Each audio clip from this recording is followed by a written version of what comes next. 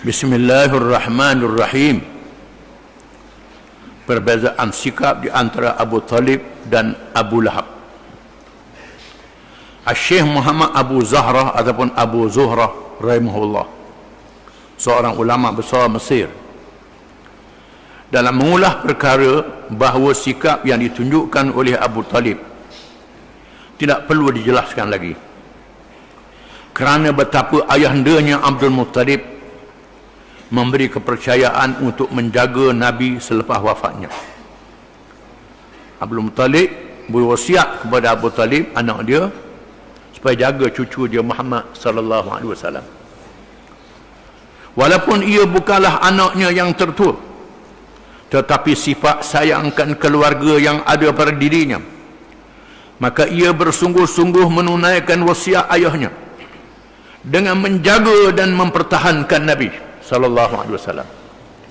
Maka Abu Talib jaga sungguh mempertahankan Nabi, bukan sahaja di masa kanak-kanak, tetapi juga di masa muda dan dewasanya.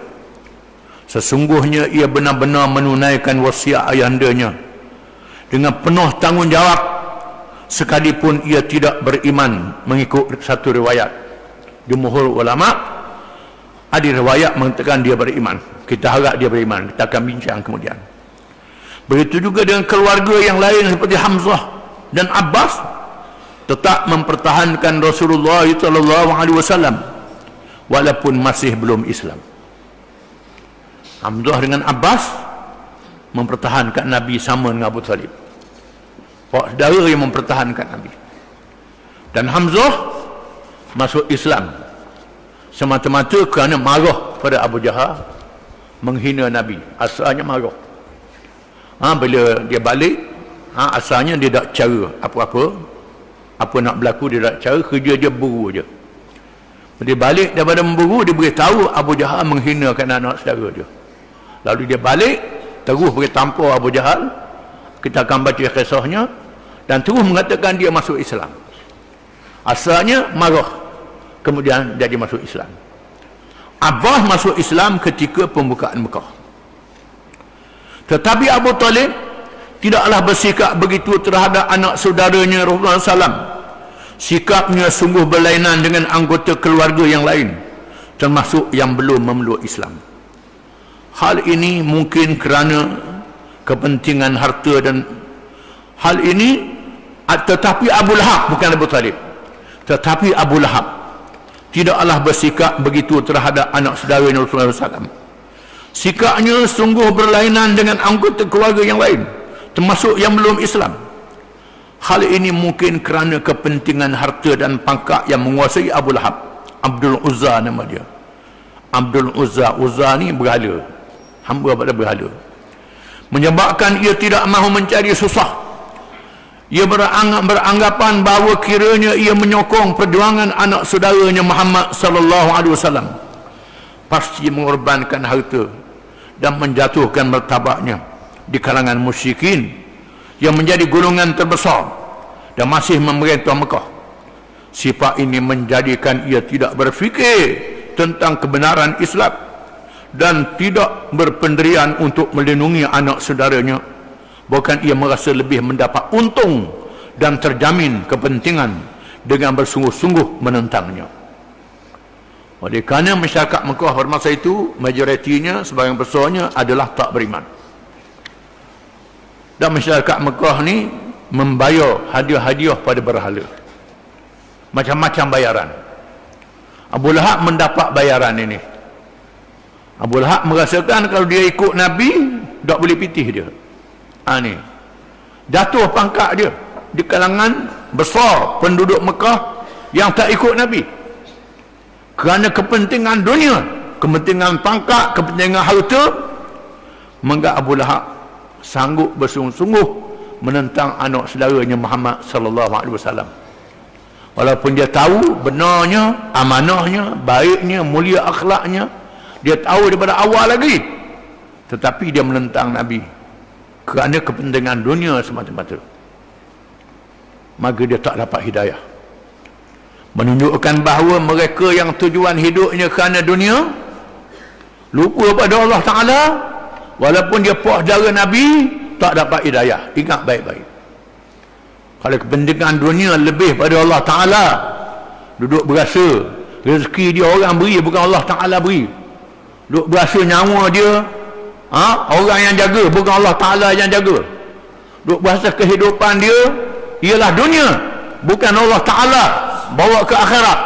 Kalau percaya pun sikit-sikit je, maka orang macam ni tak dapat hidayah daripada Allah Ta'ala. Termasuklah hari ni pun. Kalau orang tu sikap dia, perangai dia begitu, kerja dunia semata-mata, tak dapat hidayah daripada Allah Ta'ala. Ummu Jamil, isteri Abu Lahab, juga memainkan peranan yang besar memusuhi Rasulullah SAW. Ia sungguh-sungguh bencikan Rasulullah dan isterinya Ummul Mukminin Khadijah radhiyallahu anha. Mereka suami isteri menentang Rasulullah SAW adalah suatu kejahatan yang tidak terhingga di saat orang menyanjunginya di langit dan di bumi. Walaupun demikian, dialah orang yang penakut. Ketika Quraisy keluar berperang, ia tidak keluar berperang kerana kepentingan dunia. Walaupun malaikat-malaikat di langit memuliakan Nabi Muhammad SAW, golongan ahli kitab yang ikhlas memuliakan Nabi Muhammad SAW. Abu Talib melihat sendiri bagaimana padri yang melihat anak saudaranya Muhammad ketika ikut Abu Talib pergi ke Syam. Padri menyanjungi Muhammad SAW, memuliakan kerana ada tanda-tanda kenabian pada dirinya. Dimuliakan oleh orang yang baik. Tapi Abu Lahab bersama dengan syaitan. Lupa hubungan keluarga dengan Nabi SAW. Kerana jaga kepentingan dunia, maka Abu Lahab tak dapat hidayah. Tetapi orang yang macam ni penakut sebenarnya. Bila Abu Jahal mengerahkan penduduk Mekah keluar berperang di Badar untuk memerangi Nabi Muhammad SAW, Abu Lahab tak keluar, duduk di Mekah menakut bahaya. Ini Abu Lahab. Adapun sikap Abu Talib hendaklah dinilai juga dari segi Islamnya.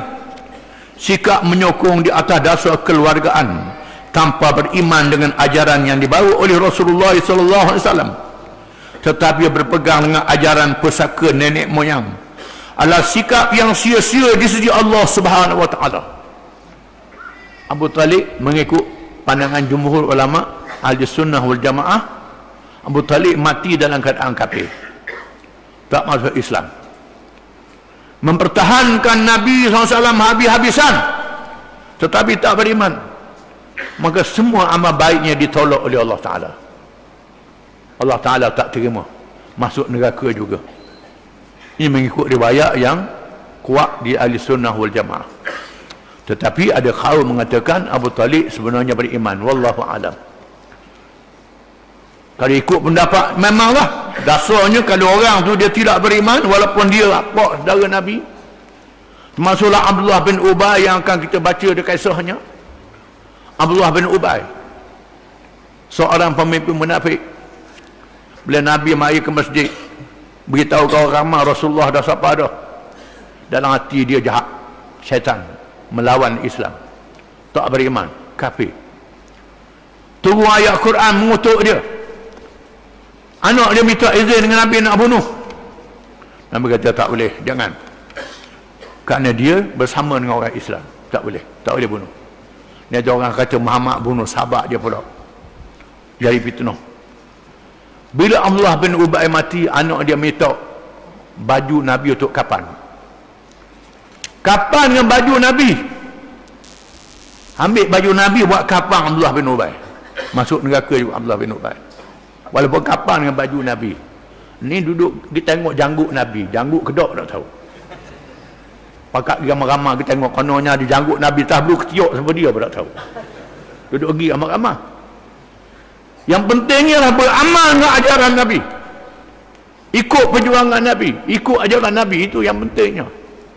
Kita kena sedar, kalau orang tu ada hubungan keluarga dengan Nabi sekalipun tapi tak beriman, buat baik macam mana pun tak beriman, Allah Ta'ala tak terima amalannya. Disebut dalam Quran, wa qad uhiya ilaika wa ila alladhina min qablik la in asyrakta la yahbatanna 'amaluka wa la takunanna minal khasirin. Demi sesungguhnya jika mu wahai Muhammad syirik menyekutukan Allah dengan sesuatu yang lain, diwahyukan kepadamu Rasul sebelummu, kalau kamu syirik menyekutukan Allah dengan sesuatu yang lain, walaupun mu sendiri wahai Muhammad terhapus semua amalanmu. Di akhirat kamu termasuk di kalangan orang yang rugi. Walau betapa sayangnya Rasulullah SAW terhadap bapa saudaranya, dan bapa saudaranya tetap dalam keadaan begitu adalah menjadi satu ujian kepada Rasulullah SAW dan menjadi iktibar yang mendalam kepada kita. Kita pun tidak mengetahui apakah hikmatnya di sisi Allah yang maha mengetahui dan bijaksana dalam segala urusannya. Wallahu a'lam.